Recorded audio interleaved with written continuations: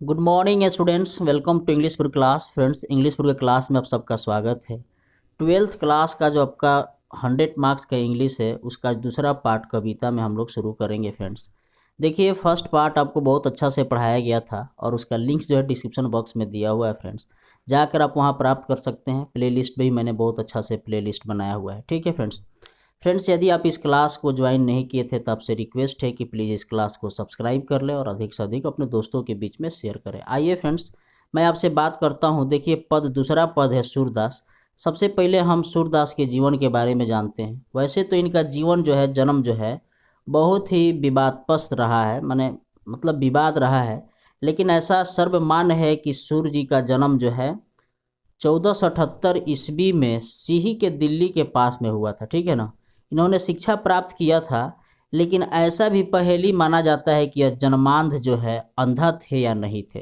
माने तीन मुख्य बातें हैं जो आपको समझनी है। ठीक है ना फ्रेंड्स, एक बात आपको ये भी जाननी है कि वल्लभाचार्य जो थे, वल्लभाचार्य शिष्य बने थे। ठीक है ना।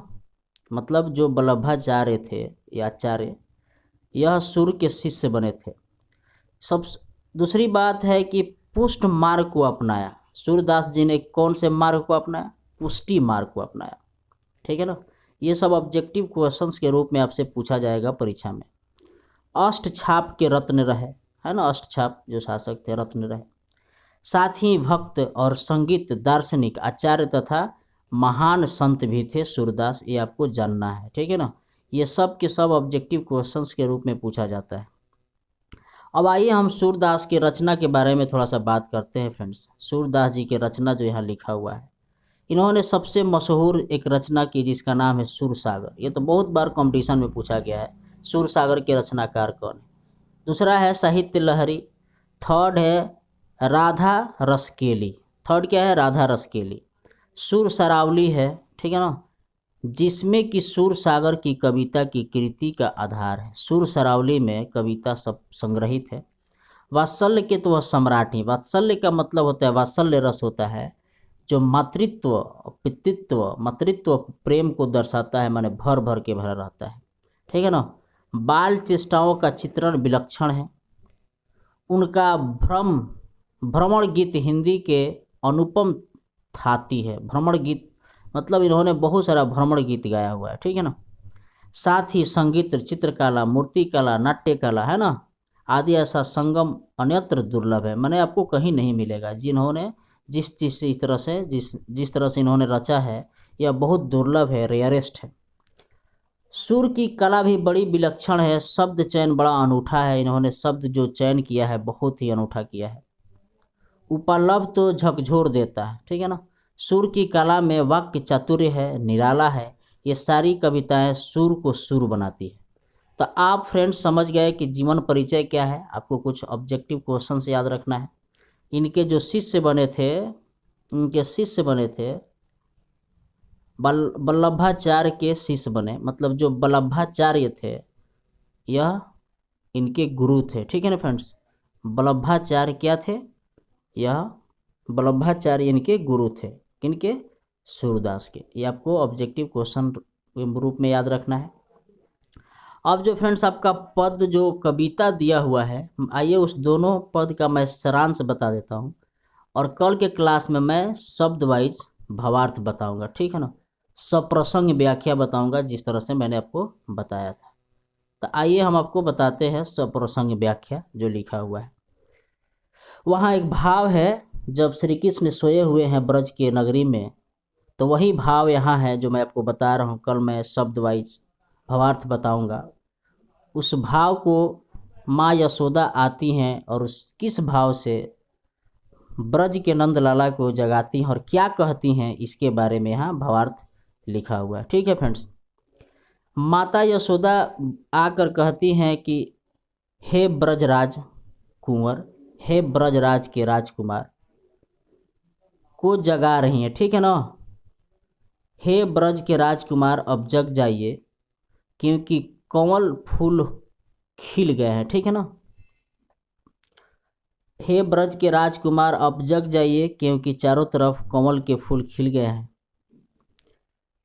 यह संकेत है कि सवेरा आ गया है।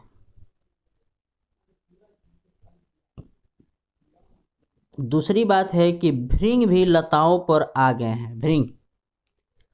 और आगे कहती हैं कि हे ब्रज के राजकुमार, मुर्गा बांग दे रहा है, मतलब आप जग जाइए।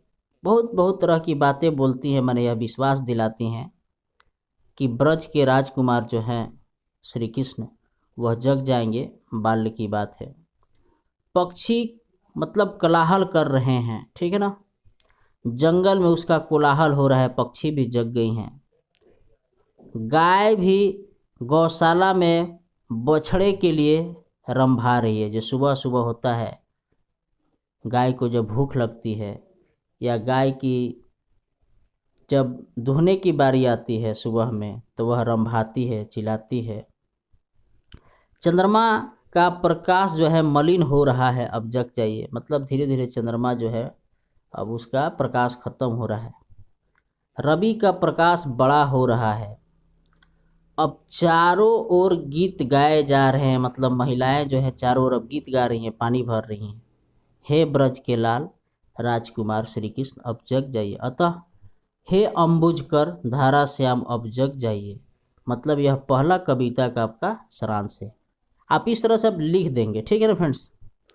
अब देखिए दूसरा जो कविता आपका है उसमें उसका मैं आपका सारांश बताता हूँ। कल मैं भावार्थ, सप्रसंग भावार्थ बताऊँगा। उसके बाद तीसरे क्लास में मैं कम से कम 25 मोस्ट इम्पॉर्टेंट ऑब्जेक्टिव क्वेश्चंस बताऊँगा। आपको 3rd 1 2 3 मतलब 3 क्लास चलेंगे, आपको याद रखना है। दूसरे कविता में देखिए क्या कहती हैं। बाल श्री कृष्ण नंद को गोद में बैठाकर, है ना, बैठे खा रहे हैं, मतलब जग गए हैं। थोड़ा सा ही खा पाते हैं, कुछ धरती पर गिरा देते हैं। कृष्ण वात्सल्य मतलब संयोग रस की व्यंजना है। आलबम बाल कृष्ण और आश्रय यशोदा है। वात्सल्य का मतलब मात, है ना, वात्सल्य मातृत्व, वात्सल्य रस है, माता के प्रति प्यार। भाषा ब्रज है। उसकी इस समय जो शोभा है उसको बड़े गौर से नंद रानी देख रही हैं, ठीक है ना, नंद की जो रानी है देख रही हैं। उसके सामने नाना प्रकार के व्यंजन हैं। व्यंजन में क्या क्या है, बड़ी है, बड़ा है, बेसन है, अनेक प्रकार के पकवान है, आपको याद रखना है। व्यंजन में कौन कौन सी चीज़ ऑब्जेक्टिव क्वेश्चन के रूप में आ सकता है। वे अपने हाथ से ही खा रहे हैं, अतः कुछ धरती पर गिरते जाते हैं। पहले उनकी रुचि दही के दोने पर है। उसके बाद मिश्री, दही, माखन मिलाकर अपने मुख में डालते हैं। उस समय उनकी शोभा बड़ी, है ना, धन्य होती है। वे स्वयं खाते हैं, नंद के मुख में भी डालते हैं। यह सौंदर्य, है ना, अवर्णनीय है, मतलब अवर्णनीय है, इसको वर्णन नहीं किया जा सकता है। वास्तव में जिस रस में नंद और यशोदा, है ना, विलास कर रहे हैं, वह तीनों लोकों में भी नहीं है। भोजन कर जब श्री कृष्ण ने आचमन किया, तब सूर्य के लालसा जूठ पाने की है। मतलब जब भोजन करके श्री कृष्ण हाथ धोते हैं, मुँह धोते हैं, तो सूरदास जी, उनकी इच्छा है कि काश मुझे भगवान, मुझे प्रभु की कुछ जूठा भी मिल जाता। तो फ्रेंड्स, ये रहा आपका कविता का सारांश, जो आपको थोड़ा सा ध्यान देना है। और कल का क्लास बहुत इम्पोर्टेंट होने वाला है, क्योंकि कल जो मैं आपको बताने वाला हूँ उसमें भावार्थ, सब प्रसंग व्याख्या करूँगा इसका। और तीसरे क्लास में मैंने अभी आपको बताया ऑब्जेक्टिव क्वेश्चंस बताऊँगा। तब तक के लिए थैंक यू सो मच।